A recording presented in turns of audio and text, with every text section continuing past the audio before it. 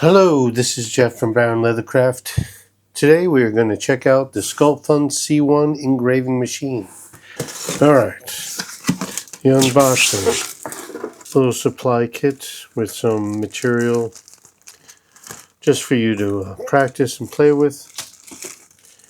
We got a small aluminum plate, so you'll be placing your material on top of this to engrave it so you don't damage your table or wherever you're doing it. Alright, this is smartly packaged. It's pretty light. I'm going to assume I have to build this thing, but I could be wrong. Nope, I am correct. Comes with your tools, of course. Some glasses. Glass cleaner. This is nice. I could always use more of these things. Here's my USB-C cable. Look how cute this little module is. That's small. That's nice. Oh yeah. Well, for those that don't know, this is the laser module. Power supply. Oh, nice. It's not... I don't think I need to build anything. It looks like it's self-contained. This is really... You know, they said it was going to be a cute machine. It is cute. How convenient. You know, I didn't know what to expect. I really didn't look at any pictures online.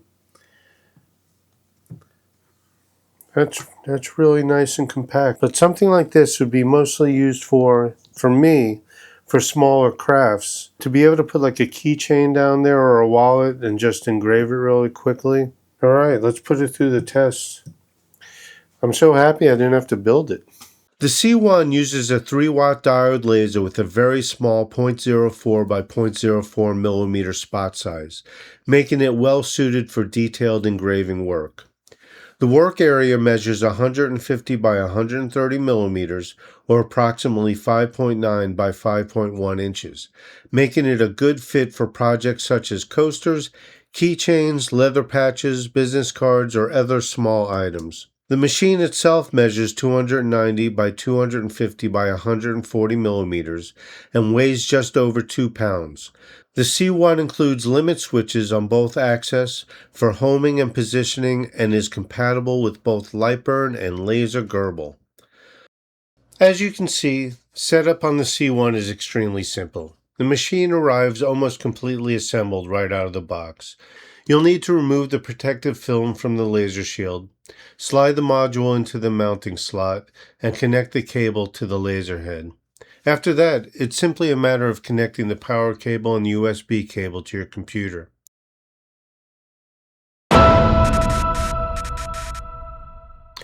Focusing the laser is very simple. It's done like many other lasers. It comes with a focusing utensil, which is that black piece of acrylic underneath the laser. Just lower the laser until it reaches the black acrylic piece. Tighten the laser up. And then you just simply want to remove the black piece that's underneath it. And you're done.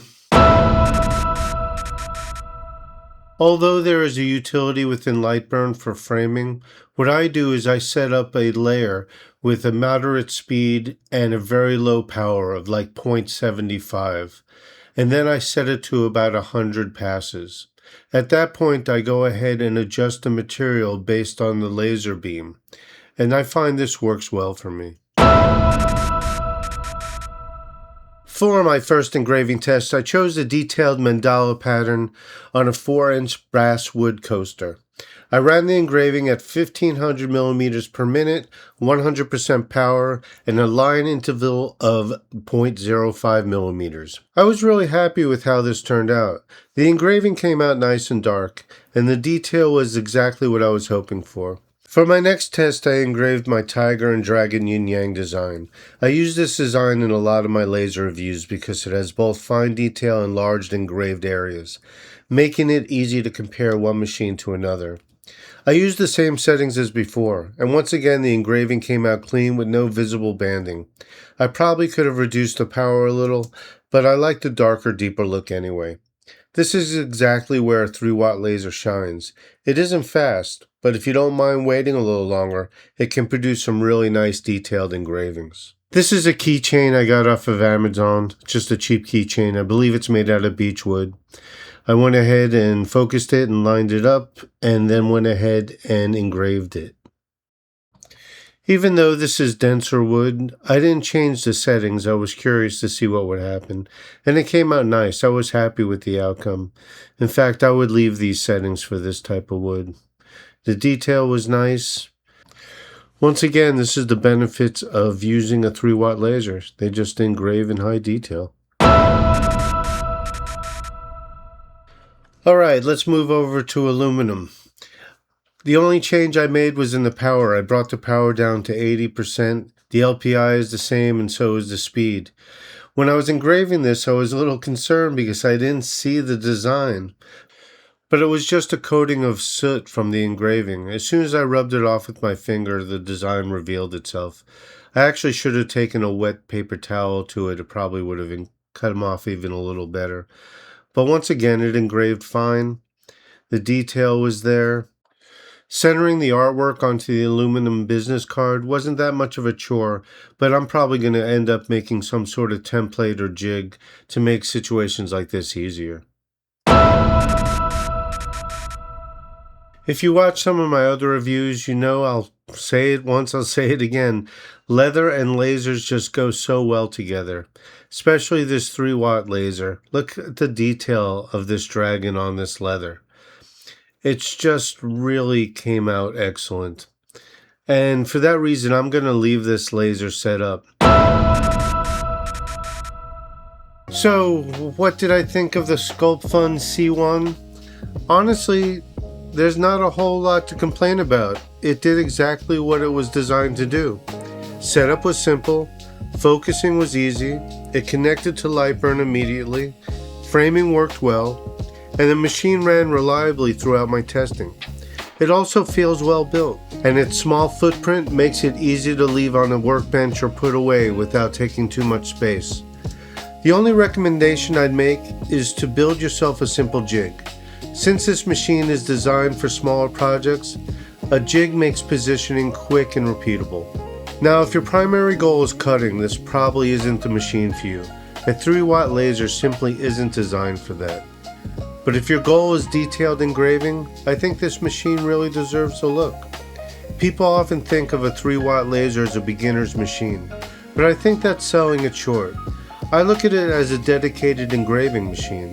The small spot size produces excellent detail, and if you don't mind spending a little more time on each project, the results are well worth it. Overall, I was genuinely impressed with the engraving quality. You know, it's funny, I haven't played with a 3-watt laser in a while.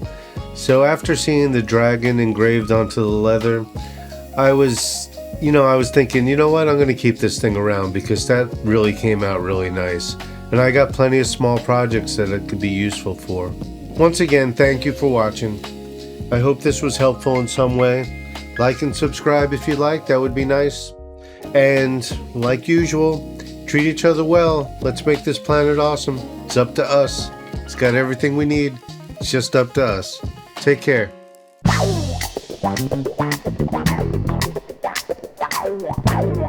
Wow.